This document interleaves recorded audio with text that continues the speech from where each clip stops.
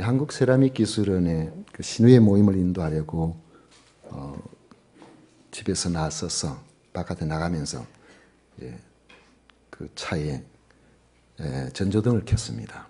그런데 불빛이 평소와는 좀 다른 것 같아요. 그래서 이거 때문에 그런가, 뭐가 문제가 있나, 가는 도중이어서 멈춰서 확인하기도 어렵고, 이제 금산산 거리를 지나서 왼쪽으로 금오지 옆을 지나서 한참 가는데, 한참 갔다가 보니까 계기판에 뭔가 평소에 없던 표시가 하나 있었습니다. 그래서 자세히 보니까 이게 전조등 상향 표시였어요.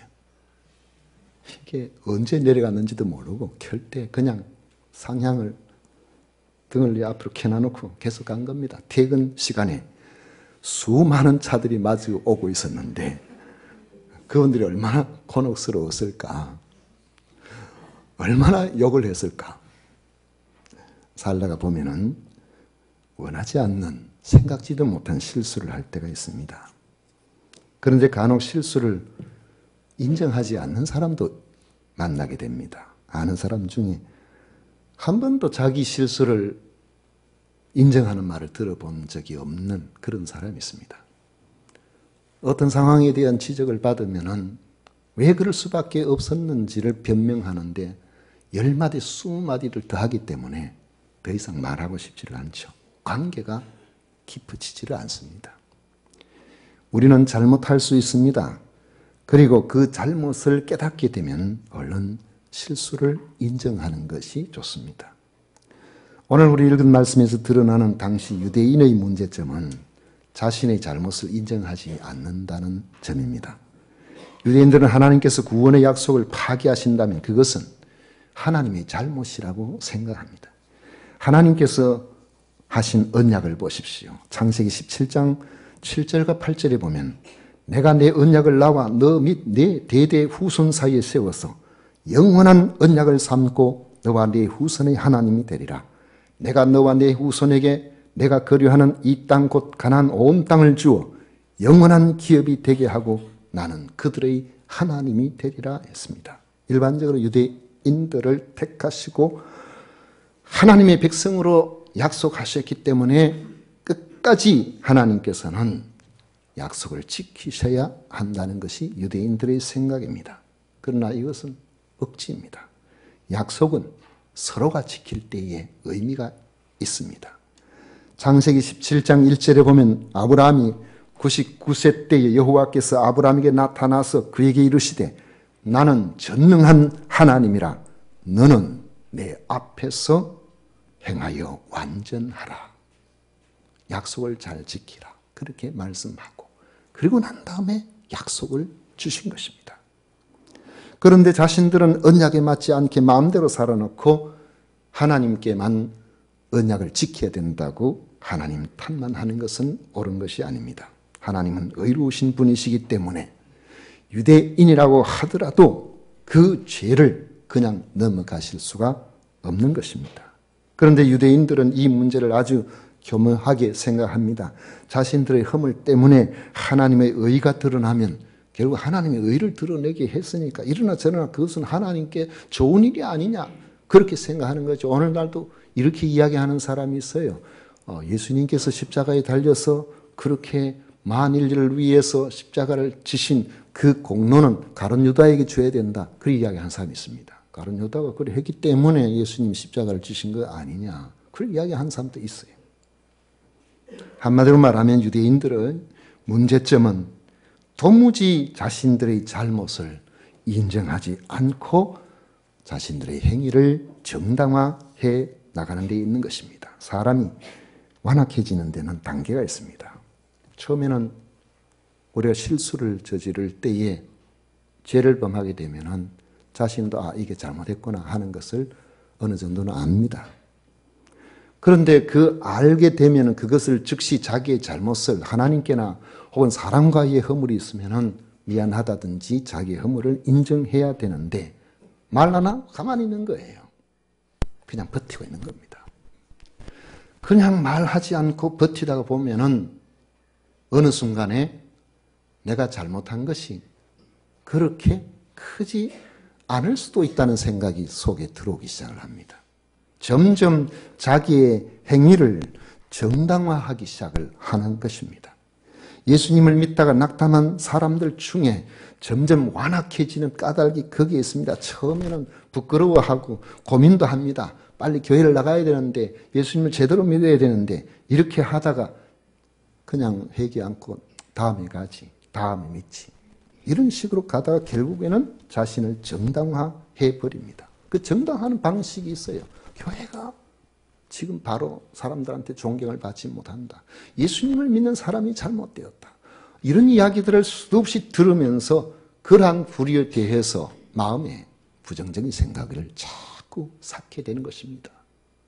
만약에 우리가 진리 가운데 있으면은 그 많은 사람들이 주님에게서 멀어서 잘못 산다고 할지라도 나는 과연 주님 앞에 어떻게 살아야 되느냐? 이 부분이 우리가 써야 되는데, 나 자신과 하나님과의 관계로 돌아오지 아니하고 다른 사람을 핑계대고 다른 교회를 핑계대고 그렇게 하면서 하나님에게서 멀어진 자신을 정당화해 버리는 것입니다. 자기 허물과 죄를 인정하기 싫어하는 이런 사람들에게는 복음 전하기가 대단히 어렵습니다. 참된 복음은 반드시 우리를 절망하게 만든 이 죄에 대해서 이야기해야 하기 때문에 그렇습니다. 예수 그리스도의 십자가는 우리 죄에 대한 대속의 형벌이요, 예수 그리스도의 십자가를 믿음으로 속죄함을 받고 하나님의 의롭다 하심을 받고 우리는 구원에 이릅니다. 그런데 죄 문제를 다 말하지 아니하면은 하나님께서 우리를 구원하시기 위해서 예수 그리스도를 십자가에 내주신 그 하나님의 사랑이 제대로 설명이 안 되는 거예요. 이해가 되지 않는 겁니다. 그런데 죄에 대해서 듣기 싫어하니까 죄에 대해서 이야기하기가 꺼려지는 겁니다. 2015년도에 돌아가신 미국의 아주 유명하신 로버트 슐러 목사님, 미국 캘리포니아 가든그로브에 위치한 수정교회를 설립해서 세계적으로 유명한 그런 분입니다. 이분이 적극적인 사고방식이란 책도 펴냈는데, 적극적인 사고방식에 의해 성공적인 인생을 살 수 있다는 그의 메시지는 각계각층의 사람들이 다 좋아했습니다. 저도 이 책을 읽고 한때 감동을 받은 적이 있고, 그래가지고 나중에 수년 전에 이 책을 다시 한번 구입해서 살펴보았습니다. 이분은 방송 설교의 스타입니다. 세계적으로 유명하신 그런 분이에요. 그런데 이분에게 있어서 우리가 납득하기 어려운 어떤 부분이 발견됩니다. 그가 교회를 개척하던 당시를 상기하며 하는 말이, 노천극장에서 처음 예배를 드릴 때에 당시 유명한 빈센트 필 목사님을 모시고 설교를 부탁했는데, 그 목사님이 강단에서 하는 말이, 만약에 예수님께서 이곳에 계신다면 그거는 여러분들을 죄인이라고 부를까요? 천만에. 그는 평생에 어떤 사람들 앞에 놓고도 죄인이라고 부르신 일이 없었습니다. 이렇게 이야기를 한다는 거예요. 그 로버트 슐러 목사님이 그 설교에 감동을 받고, 나도 강단에서 절대로 죄인이라는 용어를 쓰지 않겠다, 죄라는 이야기를 내가 별로 안 하도록 하겠다 마음먹었다는 겁니다. 30년을 넘도록 목회하면서 그는 사람들이 싫어하는 이런 말을 안 하는 것이 지혜로운 설교자라고 그렇게 생각을 하고 실천을 해왔다는 겁니다. 그 결과 좋은 이야기를 듣고 싶어하고 세상에서 성공하기를 원하는 수많은 사람들이 그곳에 몰려와서 대형 교회를 이루었습니다. 과연 이 로버트 슐러 목사님의 생각이 여러분 옳을까요? 과연 지혜로울까요? 지혜롭다면 그 지혜가 성령께서 주신 지혜일까요? 아니면 사탄이 주는 지혜일까요? 사람들은 자존심 상하는 말을 싫어합니다. 마른 사람에게 말랐다 하는 말 별로 듣고 싶어 하지 않아요. 사실이라고 할지라도 그 지적을 당하는 것은 나도 그거 잘 아는 일이니까 안 했으면 좋겠다, 이런 생각이 듭니다. 듣기 좋은 말을 듣고 싶은 것이 우리들에게 생리적으로 그런 거예요. 그래서 세상에서 스스로 지혜롭다고 생각하는 사람들 중에는 사람들이 자존심을 상하게 하는 이런 말을 무엇 때문에 하겠느냐는 것이죠. 그런 말 안 하는 사람 우리는 좋은 사람이라고 그럽니다. 그러나 우리가 복음 앞에 하나님의 말씀 앞에 서게 되면 우리는 달라질 수밖에 없습니다. 예수님의 말씀은 그렇지 않기 때문에 그렇습니다. 예수님은 외식하는 바리새인들과 서기관들을 향하여 독사의 자식들이라고 분명히 선포하고 지적하셨습니다. 예수님은 자신이 오신 목적이 의인을 부르러 온 것이 아니라 죄인을 부르러 왔다고 공간복음서에 보면 다 기록되어 있습니다. 주님은 분명히 우리가 구원받아야 될 죄인이라는 사실을 지적을 하시고, 그리고 여기에 하나님의 성령의 도우심이 아니면 우리는 근본적으로 소망 없는 존재인 것을 분명히 말씀을 하셨습니다. 예수님 보시기에는 우리의 마음을 달래기 위해서 듣기 좋은 말만 하고 있을 형편이 아니라는 것입니다. 의사가 병을 고치고 싶으면 그의 좋지 않은 이 부분을 분명히 진단하고 말을 해줘야 됩니다. 듣기 좋은 말만 한다는 것은 그 환자를 고칠 의지가 없다는 거죠. 그 환자를 포기했다는 것과 마찬가지입니다. 읽은 본문 구절을 보면 분명히 선언하고 있습니다. 그러면 어떠하냐? 우리는 나으냐? 결코 아니라 유대인이나 헬라인이나 다 죄 아래에 있다고 우리가 이미 선언하였느니라 했습니다. 그렇습니다. 성경은 분명히 우리 모든 사람들이 죄의 권세 아래에 짓눌려 살고 있는 절망적인 상태라고 선언하고 있는 것입니다. 바울 사도는 죄의 지배를 받는 인간이 얼마나 악한 상태에 있는가 하는 것을 구약 성경 시편과 이사야서의 말씀을 인용해서 오늘 우리 읽은 10절부터 18절까지 말씀하고 있습니다. 인간은 하나님 앞에서 도무지 소망 없는 죄인이라는 것은 바울의 사상이기 이전에 예수 그리스도의 말씀이고, 그것은 구약 성경의 진단입니다. 그 내용은 세 마디로 요약할 수 있습니다. 첫째는 인간은 전적으로 무능하다. 둘째, 인간은 전적으로 부패했다는 것이고, 세 번째로 인간은 전적으로 절망적이라는 것입니다. 첫째, 인간은 무능하다는 말씀을 12절까지의 말씀 속에서 봅니다. 11절을 보면 자신이 죄 아래 놓여 있다는 것을 스스로 전혀 깨달을 수가 없는 사람이라는 것입니다. 10절 11절 말씀에 기록된 바 의인은 없나니 하나도 없으며 깨닫는 자도 없고 하나님을 찾는 자도 없고 했습니다. 사람이 외모에 어느 정도 관심을 갖는 것은 중요한 일입니다. 어떤 분은 그런 말을 하대요. 성공적인 삶을 사는 사람들은 그렇지 않은 사람에 비해서 외모에 관심이 많다. 옷을 무엇을 입을까? 머리는 어떻게 할까? 뭐 나름대로 그런 데 관심이 있다 그래요. 그거는 왜 그러냐? 그건 자기 자신을 살펴보는 거죠. 자기 자신을 살펴보니까 그게 가능한 것이죠. 살펴보려면 어떻게 해야 됩니까? 어떻게 해야 될까요? 따라하겠습니다. 굉장히 어려운 이야기예요. 거울 잘 보자. 거울을 봐야 알지. 잘 먹고 그냥 나가면은 여기다 뭐 하나 갖다 붙이고 있어도 몰라요. 거울을 안 보면은. 자기 자신이 어떤 상태인지를 우리는 모르는 거죠. 그래서 여성들은 거울을 한 번씩 보는 게 그게 센스 있는 행동이라는 생각이 듭니다. 아마 가방이나 주머니 안에 조그마한 손거울이 하나씩 들어있는 분들은 아마 센스 있는 여성들이라 그렇게 생각됩니다. 저는 평생에 거울을 가지고 있어 본 적이 없습니다. 오늘 센스 있는 남성들이 되시기 위해서 남자분들도 조그마한 손거울을 하나 가지고 참 요즘 이 시대를 사는 사람으로서는 이런 말 하면 안 됩니다. 스마트폰을 켜서 자기 얼굴을 향하여서 카메라를 켜면 정확하게 알 수가 있습니다.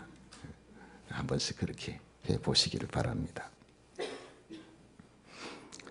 사람이 지혜로워 보여도 죄 아래에 있게 되면은 영적인 일을 전혀 깨닫지를 못하기 때문에 자기를 살펴보지를 않는다는 거죠. 자기의 영적인 상태를 보려고 하지를 않는 겁니다. 마치 거울 안 보고 자신 있는 사람과 마찬가지. 그러니까 성경에서 말씀하고 있는 우리 자신 존재의 근원이신 하나님을 찾을 줄 모르고 하나님이 뭐라고 말씀하시는지에 대해서 관심이 전혀 없는 것입니다.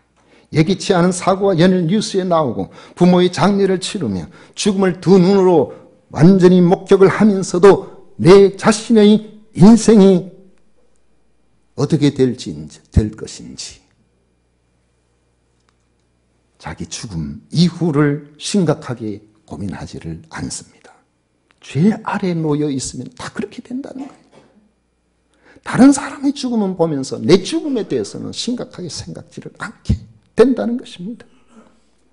12절 말씀에 보면 다 치우쳐 함께 무익하게 되고 선을 행하는 자는 없나니 하나도 없도다. 그래서 내 마음대로 사는 거죠. 내가 좋아하는 대로 내가 원하는 대로 사는 겁니다. 사람이 보기에는 스스로 잘 살고 지혜롭게 사는 것처럼 보여도 하나님 보시기에 합당한 삶을 지속적으로 살 수 있는 사람은 한 사람도 없다고 성경은 분명히 진단하고 있습니다.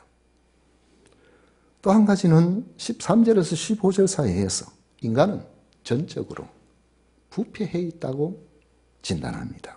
13절에 보면 그들의 목구멍은 열린 무덤이요 했습니다. 유대나라 무덤은 주로 사암, 석회암 이런 것들이니까 우리나라하고는 많이 달라요. 그래서 송곳 같은 거 하나만 있어도 굴을 팔 수가 있습니다. 그래서 동굴집도 있고 동굴 무덤도 많습니다. 그들은 동굴을 파서 가족 공동묘지로 사용하는 경우 많은데 시신을 안치해 있다가 다 사다 모든 사이 다 섞고 나면은 그 유골을 따로 모아가지고 항아리에 담고 안쪽에 또 넣고 또 그걸 그렇게 시신을 안치하는 곳이 따로 있는 것이죠. 그런데 세월이 지나면서 풍화작용이 일어나서 무덤 입구를 가로막고 있는 돌에 금이 가고 깨지거나 이렇게 하고 후손들이 잘 돌아보지 아니하면은 그 무덤 방치됩니다. 그러면 무덤 입구가 뻥 뚫려 있어요. 무섭습니다. 들어가기 힘들어요. 제가 어릴 때 청년기에 고향교회 가면은 항상 가는 길 옆에 한 10m쯤 떨어져 있는 곳인데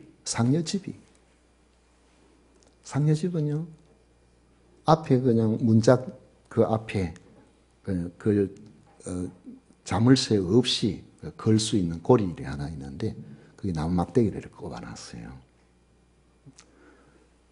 그런데 바람이 많이 불고 겨울에 추운 때 밤에 이렇게 지나가다 보면은 혹은 새벽에 이렇게 가다 보면은 그 고리는 끼워놨던 나무가 빠져가지고 그 앞에서 어두운데 자세는 안 보여요. 문짝 열리는 소리가 삐그덕 하고 다시 들어 당겨 삐그덕. 그 옆으로 지나가면 머리가 막 써요. 그 전에 어떤 사람이 봤대요. 그 안에서 누가 하나 나오더라는 거예요. 갈 곳이 없는 사람이 그 안에서 아마 잠을 잤는가 봐요. 아마 현장 목격한 사람은 아마 기절초공할 그런 일. 만약에 그 무덤 안에 시신이 부패 중이면은 감당하기 어려운 악취가 납니다. 쉽사리 그 열린 무덤 가까이에 갈 수 있을 그런 용기가 나지 않을 겁니다. 인간의 마음은 악취가 진동하는 무덤과 다를 바가 없다는 것입니다. 예레미야 17장 9절에 보면 만물보다 거짓되고 심히 부패한 것은 마음이라 누가 능히 이를 알리오마는 했습니다. 예수님께서는 당시 바리새인들에게 마태복음 12장 34절에 독사의 자식들아 너희는 악하니 어떻게 선한 말을 할 수 있느냐 이는 마음에 가득한 것을 입으로 말함이라고 말씀하셨습니다. 열린 무덤과 같은 우리의 부패한 마음 때문에 우리는 입만 벌리면은 다른 사람 험을 이야기하고 다른 사람을 속이고 우리의 언행은 다른 사람을 해치는 데 빠르고 오늘 이렇게 되어버렸다는 것이죠. 이 세상에 많은 갈등과 분쟁이 생겨나는 원인이 바로 이 부패한 마음에서 표출되는 우리의 말과 우리의 행동들 때문인 것입니다. 여기서 과연 자유로울 수 있는 사람이 누가 있겠습니까? 우리는 우리 스스로가 괜찮은 사람처럼 보여도 이러한 허물에서 쉽게 빠져나올 수가 없습니다. 세 번째로 인간은 전적으로 절망적인 상태라고 했죠. 16절부터 18절에 보면 한 번은 죽는다는 이 말씀을 부인하는 사람은 세상에 없을 것입니다. 우리 주변에서 수없이 보아옵니다. 그런 점에서 우리는 언제일지 모르지만 그다지 멀지 않은 장래에 내 차례가 될 것이라고 짐작할 수 있습니다. 성경은 인생이란 누구나 죽음이 기다리는 존재일 뿐만 아니라 그 후에는 각자의 죄값을 지불해야 할 무서운 심판이 기다린다는 점을 분명히 가르쳐주고 있습니다. 히브리서 9장 27절에 보면 한 번 죽는 것은 사람에게 정해진 것이요 그 후에는 심판이 있으리니 했습니다. 누가복음 16장에 예수님께서 말씀하신 부자와 나사로의 비유에서 보는 것처럼 심판 아래에 있는 사람에게는 어떤 평강도 희망도 더 이상 기대할 수가 없는 것이 절대적 절망, 심판의 의미가 되는 것입니다. 그런데 죽음은 누구나 찾아온다는 것을 알면서도 그 죽음 앞에 이건 다른 사람의 문제고 나는 늘 피상적으로 생각을 하는 거죠. 죽음 앞에 내가 심각하게 서지 않으므로 이 세상을 살아가는데 자신만만한 겁니다. 두려움이 없는 겁니다. 그냥 살아가는 거예요. 자신의 운명의 마지막이 죽음과 심판이라는 절망을 향하여 가고 있는 사람이 세상에는 너무나 많습니다. 그 이유는 그들이 하나님을 모르기 때문에 하나님을 두려워하지 않아서 그 심판도 두려워하지 않고 그렇게 사는 것입니다. 18절에 보면 그들의 눈 앞에 하나님을 두려워함이 없느니라 함과 같으니라 했습니다. 이것이 왜 그렇습니까? 바로 죄의 권세 아래에 결박당해 있기 때문에 죄의 결박 아래에 있는 사람은 감각이 상실해져 버리는 겁니다. 잠깐 보면서 그렇지 해놓고 돌아서면 잊어버리는 거예요. 돌아서면 이 심각성을 망각해버리는 겁니다. 그래서 바울 사도는 유대인이나 헬라인이나 다 죄 아래에 있다고 선언합니다. 이 선언은 바로 하나님의 선언입니다. 이런 절망적인 인생이 소망의 사람이 되려면 반드시 거쳐야 할 기본적인 단계가 있습니다. 그것은 바로 자신을 정확하게 바로 알아야 된다는 점입니다.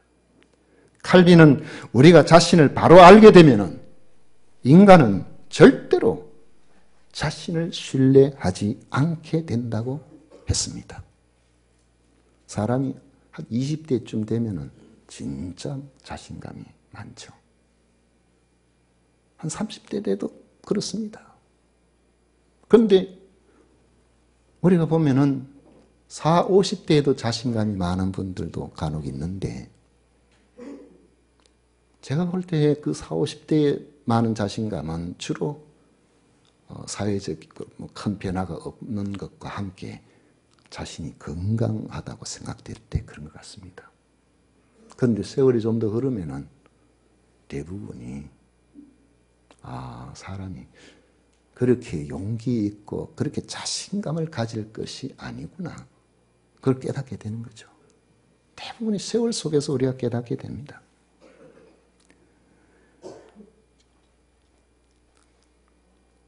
우리가 내 자신을 정확하게 들여다보고 하나님 앞에 우리 자신이 할 수 있는 것이 별로 없다는 것을 알고 하나님 보시기에 나는 죄인이라는 것을 제대로 생각을 하게 되면은 비로소 하나님께서 우리에게 허락하신 소망의 빛이 보여지기 시작을 하는 겁니다.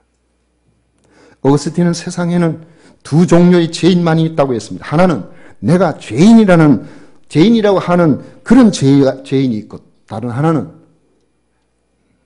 나는 죄가 별로 없는데 하는 죄인이 있다는 거예요. 인간의 소망은 철저하게 자신의 무능을 깨닫고 나는 하나님 앞에서 소망이 없는 그런 인생이라는 절망에서부터 시작된다는 사실을 여러분 기억하시기를 바랍니다. 미국 포터스턴 교회를 담임하시는 이종영 목사님 간증 영상을 제가 봤습니다. 그분은 이종영 목사님은 여러분들이 아시는 분 아시고 모르시는 분은 모르시겠는데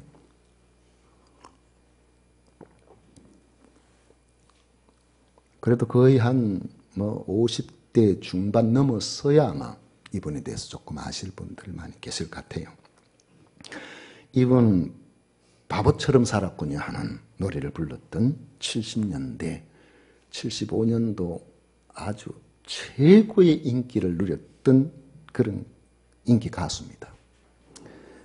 인기 절정이던 75년도 데뷔곡 너라는 그런 곡으로 단숨에 가요계 최정상에 올라서 당시에는 서로 이 사람 노래를 1위로 봐주고 그 다음 저 사람 노래를 1위로 봐주고 이렇게 섞어가면서 했는데 하도 전폭적인 지지를 받으니까 8개월 동안을 가요순위 프로그램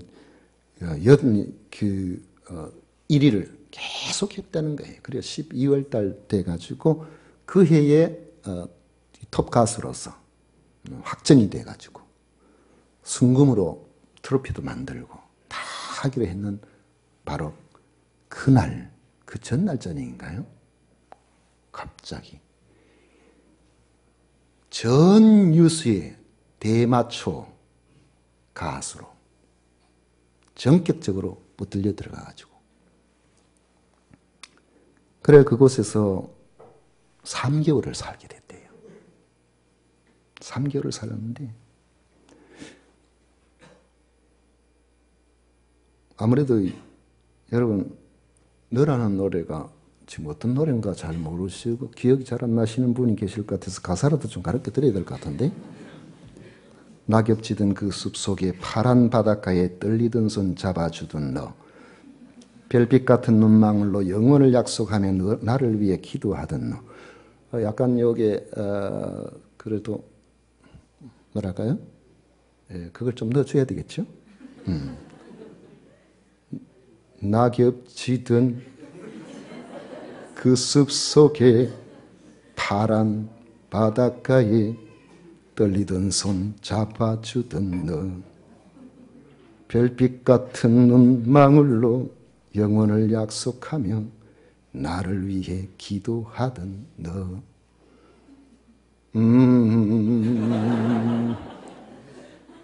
이 노래가 하도 인기가 있어요. 저는 요때 교회를 다니고 은혜를 받았어요. 그래가지고 그 이후로 유행가를 제가 모릅니다.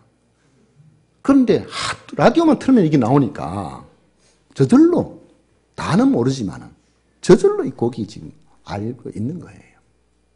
이렇게 유명한 가수인데 최정상에서 한순간에 대마초 가수라는 그런 오명으로 나락에 떨어져 버린 거죠. 그래서 감옥에 또 들어갔는데 가니까 사형수가 있는 방에 넣어주더랍니다. 여러분 제가 이야기하는 것보다 나중에 더 궁금하시면 요즘은 영상에 치면 이종영 치면 바로 나오니까 한번 확인해 보세요. 사형수가 있는 방에 들어갔는데 자기를 아는 분이 이분은 어릴 때 교회 생활을 했대요. 교회 생활을 해가지고 성경을 잘 알고 있대요. 그럼 누가 성경책을 주어서 성경책을 들고 들어가니까 그 사형수가 얼마나 반가워하는지 자기도 전도를 가도 예수님을 믿는다고 하는데 성경을 아무것도 모르는 거예요. 나한테 성경 좀 가르쳐달라고. 그러니까 그 안에서 지금까지 늘 교회 생활을 했으니까 그 대충 알아서 성경은 많이 들어서 알 것 아닙니까? 그런데 가르쳐 달라니까 가르쳐 주기 위해서 어쩔 수 없이 창세기부터 성경을 읽기 시작을 했다는 겁니다. 읽는데 세상에 예전에는 그냥 듣기만 했었는데 창세기를 펴고 1장 1절에 태초에 하나님이 천지를 창조하시니라. 갑자기 머리에 뭐가 하나 땅 때리는 것 같이 정신이 하나도 없더란 겁니다. 구절마다 읽으면서 천지 만물을 창조하신 하나님께서 자기를 어떻게 사랑하셨는지 어떻게 돌보셨는지 막 느껴지기 시작을 했는데 자기는 대마초를 피운 적이 없고 대마초 피우는 사람 옆에는 있었대요. 그래서 나중에 대마초를 피운 제목은 아니고 대마초를 운반한 혐의로 그래가지고 감옥에 석 달 있었다고 하는데, 그곳에서 말씀을 보다가 자신이 죄인이라는 것을 깨달았다는 겁니다. 머리끝부터 발끝까지 그 옆에 이 사형수보다도 자신이 훨씬 더 죄가 많다는 사실을 그가 깨닫고 그곳에서 그렇게 회개하고 그렇게 회개했다 그래요. 사형수가 나중에 나가는 사람에게 나가거든 나의 목까지 세상에 나가서 주님의 일을 좀 해달라고 그렇게 부탁을 했었는데, 그 부탁을 받고 그곳에서 나와서 4년 동안 대마초 가수 아무것도 못하게 해가지고 가만히 있다가, 그리고 6년째에 아마 신학을 시작해서 지금 미국에서 목회를 지금 잘 하고 있는 줄로 그렇게 생각합니다. 한 70쯤 됐을 거예요, 그분 연세가. 여러분, 우리가 정말로 소망 있는 하나님의 사람으로 거듭나기 위해서는 내가 죄인이라는 사실을 발견해야 됩니다.